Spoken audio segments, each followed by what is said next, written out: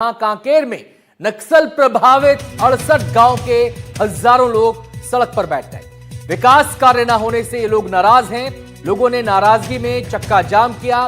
Bank, शिक्षा और स्वास्थ्य समेत बुनियादी सुविधाओं की मांग ये लोग कर रहे हैं। नक्सल प्रभावित है कोयली बेड़ा इलाका। तो कांकेर के कोयली बेड़ा इलाके की तस्वीरें आप देख सकते हैं, जहां पर हजारों की संख्या में ग्रामीण पहुंचे हैं। नक्सल प्रभावित इस इलाके में ग्रामीण अपने लिए बुनियादी सुविधाओं की मांग कर रहे हैं। 68 गांव के लोग यहां पर इकट्ठा हुए और उन्होंने कहा कि उन्हें बैंक की जरूरत है, शिक्षा की जरूरत है, स्वास्थ्य जैसी बुनियादी सुविधाओं की जरूरत है।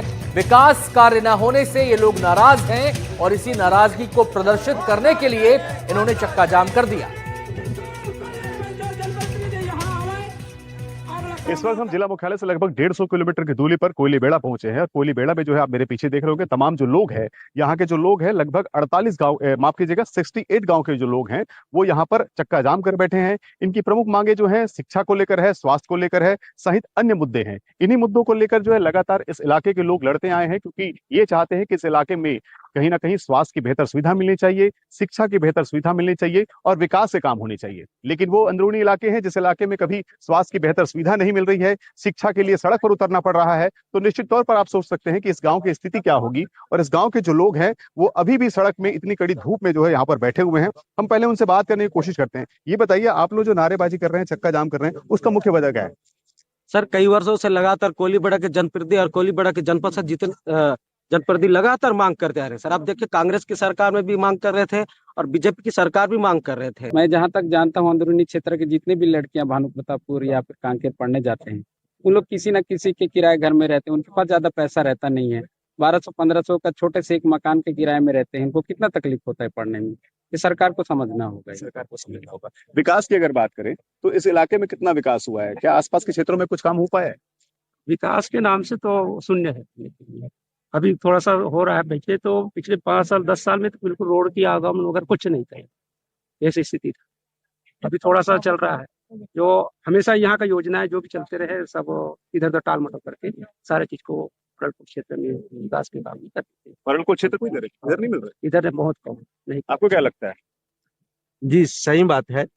आप देख सकते हैं, सारी चीज यहाँ जो ब्लॉक मुख्यालय है वो भी वहाँ पखानजोर में लिंक कार्यालय के नाम से संचालित हो रहा है। देखिए, शासन प्रशासन जिम्मेदार रहेगी और लगातार ये अपनी मांगों को रखते आए हैं, लेकिन देखिए इनकी मांगे सुनी नहीं जा रही है। क्या वजह है इसके पीछे ये समझ नहीं आता। लेकिन इस इलाके में सबसे लोगों की मांग ये है कि शिक्षा जो इस इलाके में होनी चाहिए। जब ब्लॉक मुख्यालय है तो इस इलाके में कहीं ना कहीं कार्यालय लगनी चाहिए, ताकि जो 50 किलोमीटर की दूरी तय कर पखानजोर वो जाते हैं वहां पर उन्हें काफी तकलीफ होती है।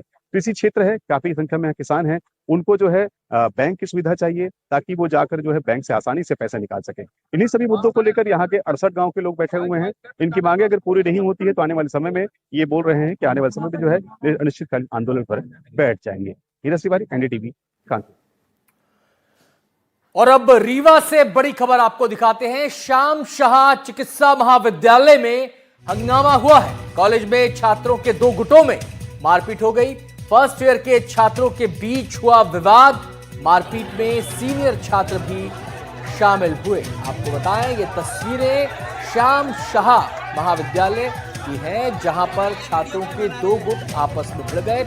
और जो जानकारी शुरुआती तौर पर निकल कर आई है कि जो छात्रों की भिड़ंत हुई है, ये फर्स्ट ईयर के छात्र थे, लेकिन कुछ सीनियर्स भी इसकी चपेट में आ गए मारपीट की, और वो भी इसमें शामिल हुए। तो ये तस्वीरें श्याम शाह कॉलेज की हैं, रीवा की एक खबर, जहां पूरे कॉलेज कैंपस में आप देख सकते हैं चारों तरफ अफरा तफरी मची हुई है, लोगों की भीड़ है। यहाँ पर छात्र हैं, गुत्थम गुत्था होते छात्र नजर आ रहे हैं। ये देखिए, फ्री स्टाइल एक प्रकार से लड़ाई यहाँ पर हो रही है। जो घूंसे चला पा रहा है वो घूंसे चला रहा है, और जिसके बस में लात चलाना है वो लात मार रहा है। कोई नीचे गिर रहा है, किसी को पकड़ के खींचा जा रहा है। छोटी सी मुंडेर है, किसी को भी गंभीर चोट यहाँ पर लग सकती है, लेकिन इसकी परवाह यहाँ पर किसी को नजर नहीं आती। सब इस कदर जुनून सवार उनके सरों पर है कि बस एक दूसरे को मारना है, बुरी तरह मारना है। ये तस्वीरें कॉलेज कैंपस की। ये हालांकि स्पष्ट नहीं हुआ है कि 2 गुटों की भिड़ंत किस बात को लेकर हुई है। हमारे संवाददाता जावेद अंसारी हमारे साथ जुड़ गए हैं और जानकारी देने के लिए जावेद, किस बात को लेकर भिड़े ये छात्र? ये जो हमारी अभी थोड़ी देर पहले टीम प्रबंधन से बात हुई, उनका साफ तौर से कहना था कि आज सीनियर और जूनियर छात्र वहां पर कॉलेज में एकत्र थे। जूनियर छात्रों के दो गुट थे, एक शहर में रहने वाला और एक हॉस्टल में रहने वाला। दोनों के बीच इस बात को विवाद हो गया कि आज क्लास नहीं लगेगी। धीरे धीरे विवाद बढ़ता हुआ मारपीट में बदल गया। जिस तरीके से, जैसे कि आपने दिखाया है अभी थोड़ी देर पहले कि किस तरीके से छात्र आपस में मारपीट कर रहे हैं, जैसे छोटे छोटे बच्चे। मेडिकल कॉलेज के ये छात्र हैं, कहीं से नहीं लग रहा कि ये मेडिकल कॉलेज के छात्र हैं। जमकर इनके बीच में मारपीट हो रही है। हालांकि अस्पताल प्रबंधन अब पूरे तीनों गुट को आपस में बैठाल कर कह रहा है कि हम समझाइश देंगे और समझाइश के बाद जो भी उचित कार्रवाई होगी वो करेंगे।